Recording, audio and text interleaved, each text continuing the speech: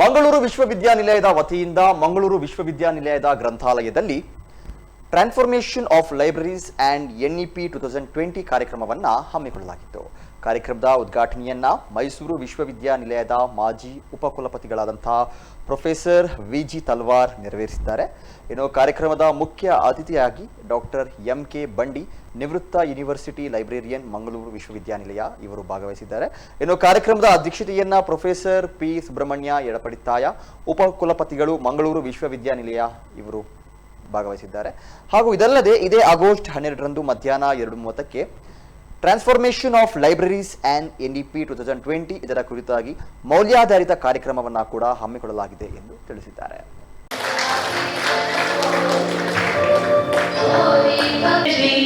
So many unbeatable records, and today also makes a list into this.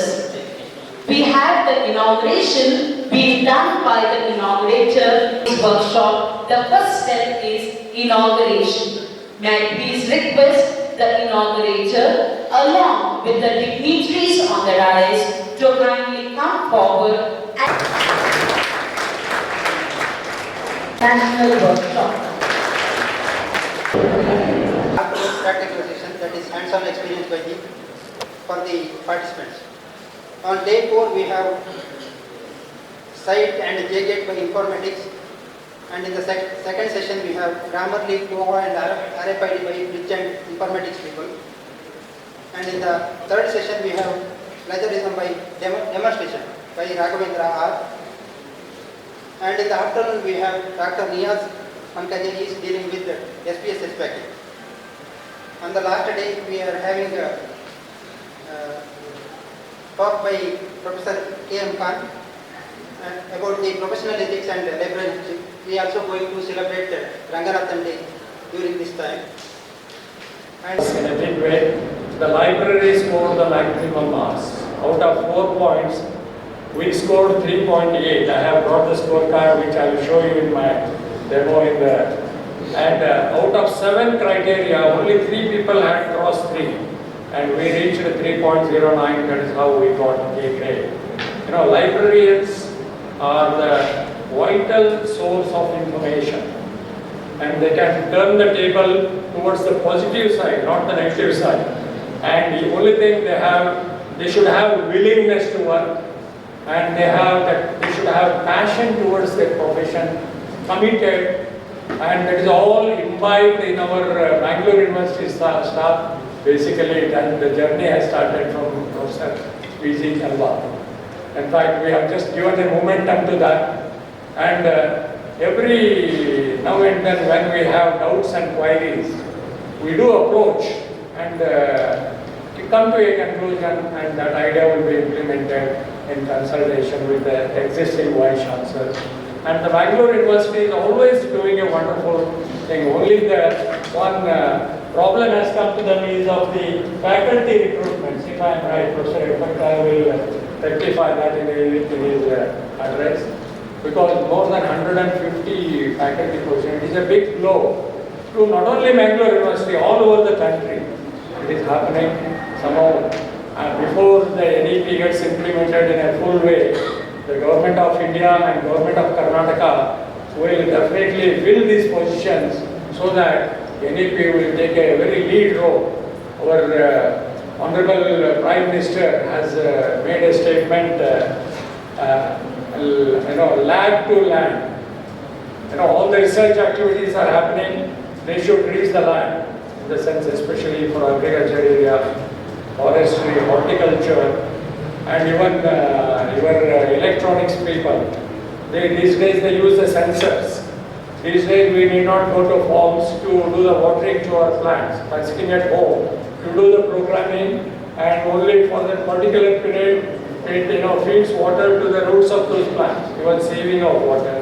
In Siddhganga Institute of Technology operating Bandi, he could enhance the image of our Bangalore University Library, not only during NAC peer team visit, even much before that. He had different exposure and experiences. He could use all of them to enhance the reputation and brand equity of Bangalore University Library. Therefore, both of them have left a very aspiring legacy to be imbibed by the present librarian, Dr. Purushottam Gowda. He was my student. That's what Bandi mentioned. A very simple, straightforward, down-to-earth person, but he will always feel shy sometimes. And he is also having some fear about the authorities. That is called respectful fear. That he demonstrates in front of me also. But I support him in all possible means. That's what I told him. You have got a wonderful legacy.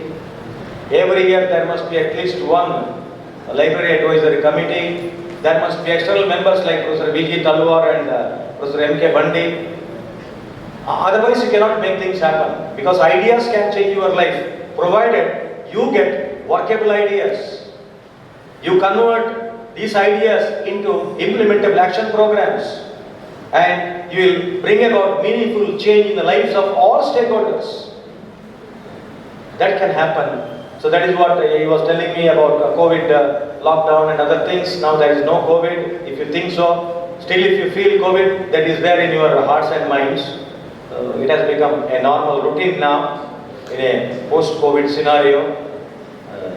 But whatever it is, shortly he will convene the library advisory committee. If necessary, we will revamp the membership and other things, all those things. Then another thing is, I was telling him regarding RFID. That's very important, because you can freely carry your books inside and you can come out with a peace of mind if you have not done anything. You have done small thing, yes, because when I was in Nottingham Business School, Nottingham Trent University, UK, by default I carried a book because of that involvement.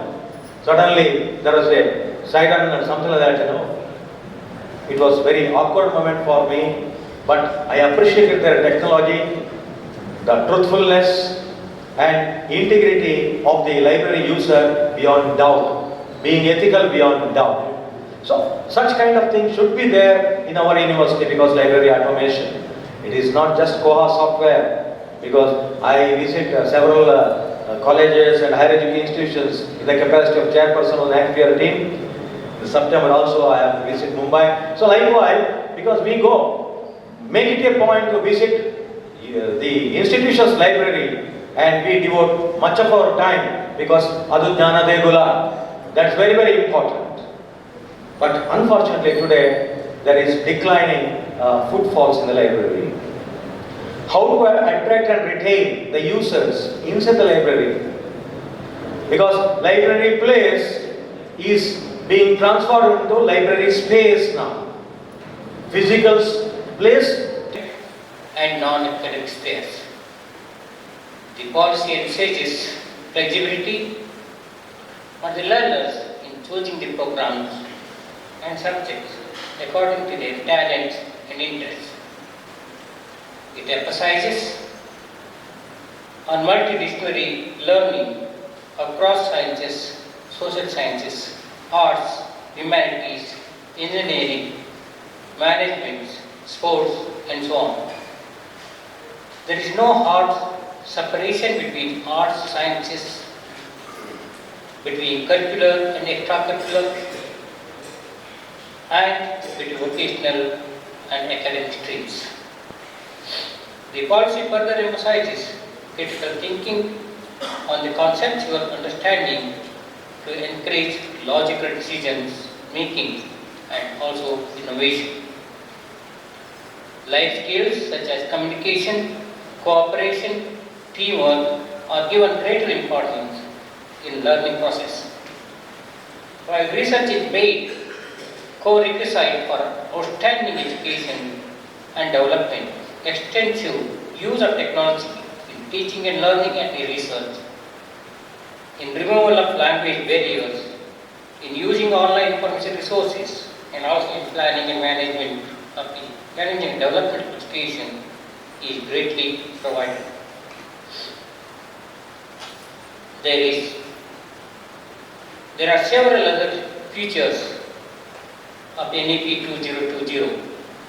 Mangalore University under the dynamic stewardship of Honorable Vice Chancellor Professor Patel is one among the first universities in the country to implement NEP 2020. I'm sure Honorable Vice Chancellor in his presidential speech will throw better light how NEP aspires to take the country forward and to give holistic education to the students. Friends, under the circumstances, what kind of role today's library play to meet the requirements of NEP 2020 is a prime question before the librarians and also before the administration.